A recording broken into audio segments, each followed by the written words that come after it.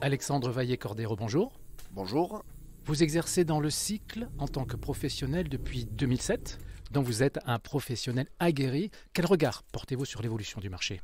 Une très belle évolution puisque depuis ces années-là, on a eu des nouveautés au niveau de l'utilisation et de l'utilisateur du vélo.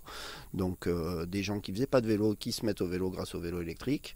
On a toujours l'activité sportive, vélo qu'on appelle maintenant musculaire, alors que c'était du vélo habituellement, qui nous a amené beaucoup de clientèle en plus et qui fait que tout le monde peut venir faire du vélo.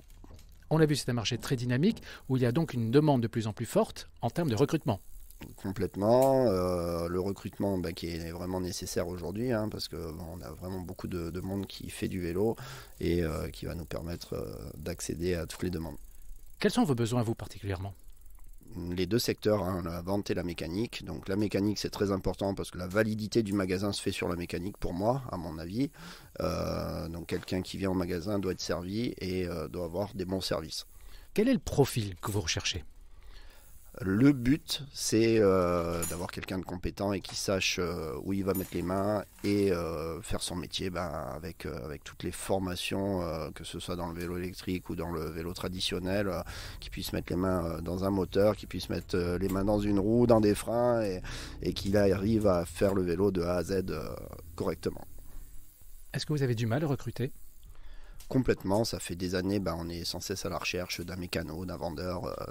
Là, le fait que l'IFA fasse cette formation, c'est très très bien et ça fait plaisir à voir. Qu'attendez-vous exactement de la formation proposée par l'IFA ?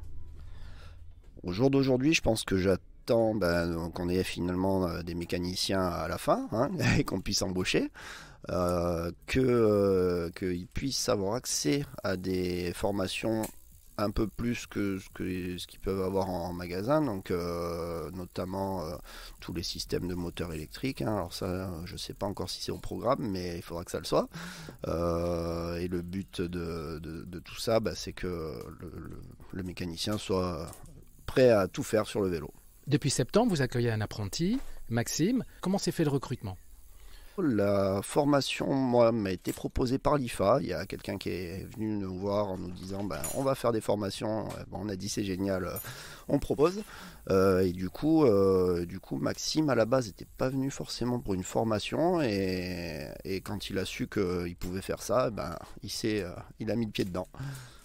Le fait d'avoir aujourd'hui un apprenti, ne serait-ce que dans l'exercice au quotidien de votre activité, est-ce que ce n'est pas déjà quelque chose qui peut vous soulager ? Oui, bien sûr, un soulagement complètement parce que il va faire des boulots que je n'ai pas forcément le temps de faire. Je passe toujours derrière pour contrôler, donc ça me permet d'avancer, ça me permet de prendre de la clientèle plus rapidement et de m'organiser différemment. Concernant Maxime, est-ce qu'il y a une embauche à la clé ? J'espère. Ça pourrait être bien. Ça me permettrait d'avoir quelqu'un de fixe au magasin toute l'année et de pouvoir travailler correctement. Ce qui fait que la formation proposée par l'IFA est nécessaire aujourd'hui. Ah oui, absolument. Et j'espère qu'ils vont pouvoir continuer et nous en former plein d'autres. Merci. Merci à vous.